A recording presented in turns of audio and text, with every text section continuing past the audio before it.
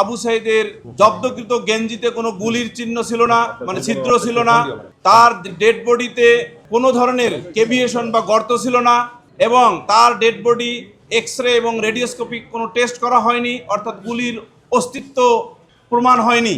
একই সাথে যে 12 বোর শটগানের কার্টিজ দ্বারা তাকে গুলি করার এবং হত্যা করার অভিযোগ আনা হয়েছে প্রসিকিউশনের পক্ষ থেকে, সেই 12 বোর শটগানের কার্টিজ জব্দ করা হয়নি। উপরন্তু যে দেশ থেকে এই 12 বোর শটগান কার্টিজ আনা হয়েছিল, আমরা মামলার একটি পর্যায়ে আবেদন দিয়েছিলাম তা তলবের জন্য বাংলাদেশ সরকারের যে ক্রয় কমিটি আছে সেই ক্রয় কমিটি হতে, যাতে করে সংশ্লিষ্ট ম্যানুফ্যাকচারিং কোম্পানি তাদের যে টেকনিক্যাল স্পেসিফিকেশন আছে 12 বোর শটগানের, সেই টেকনিক্যাল স্পেসিফিকেশনে কি বলা আছে আমরা কিন্তু জানি না।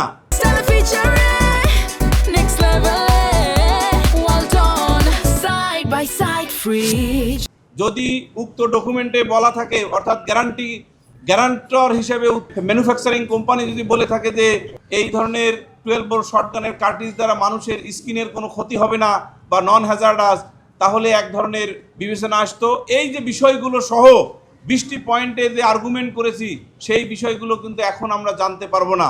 কেন জানতে পারবো না? কারণ অনারেবল ট্রাইব্যুনাল শুধুমাত্র substance of the findings as well as operative part of the judgement ঘোষণা করেছেন। সেই operative part of the judgement অনুসারে আমাদের কন্ডাক্টেড 29 নম্বর আসামি একটি চার্জে হাজতবাস এবং হাজতবাসকালীন বা আন্ডারগন, আর বাকি চার্জগুলো থেকে খালাস পেয়েছেন। আর 8 এবং 9 নম্বর আসামি মোট 5টি চার্জে অভিযুক্ত হয়ে ট্রায়ালের সম্মুখীন হয়েছিলেন। তার 4টি চার্জ হইতে 2 জনে খালাসপ্রাপ্ত হয়েছেন।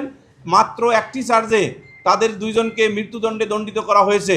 আমরা ট্রাইব্যুনালের আপাতত উক্ত রায়ে সংক্ষুব্ধ প্রত্যাশার নিরিখে, যেহেতু আমরা প্রত্যাশা অনুযায়ী খালাস পাইনি, আমরা রায়ের কপি অর্থাৎ পূর্ণাঙ্গ রায়ের কপি হাতে পেয়ে পুঙ্খানুপুঙ্খ বিশ্লেষণ করে মহামান্য আপিল বিভাগে দায়ের করে আপিল শুনানি অন্তে খালাস পাবো বলে দৃঢ়ভাবে বিশ্বাস করি ইনশাল্লাহ।